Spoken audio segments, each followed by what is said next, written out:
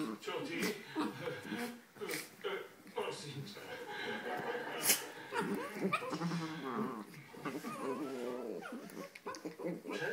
Milka? Čo si nemôžeš vymýšľať?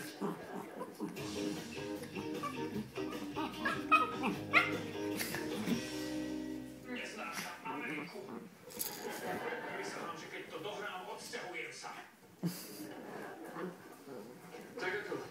Ešte sa baví spoločne? Hej, ale do peka, prečo som otvorila ústa? Keď sa vypráčiš a priťahuješ ma, ty sa ho určite odplašila. Keď si to povedala týmto tónom...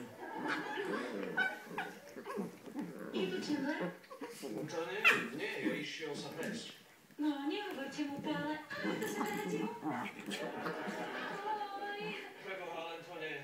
Veď on išiel Grossovi vziať späť toho psa. Nie, a ten pes tam nebude.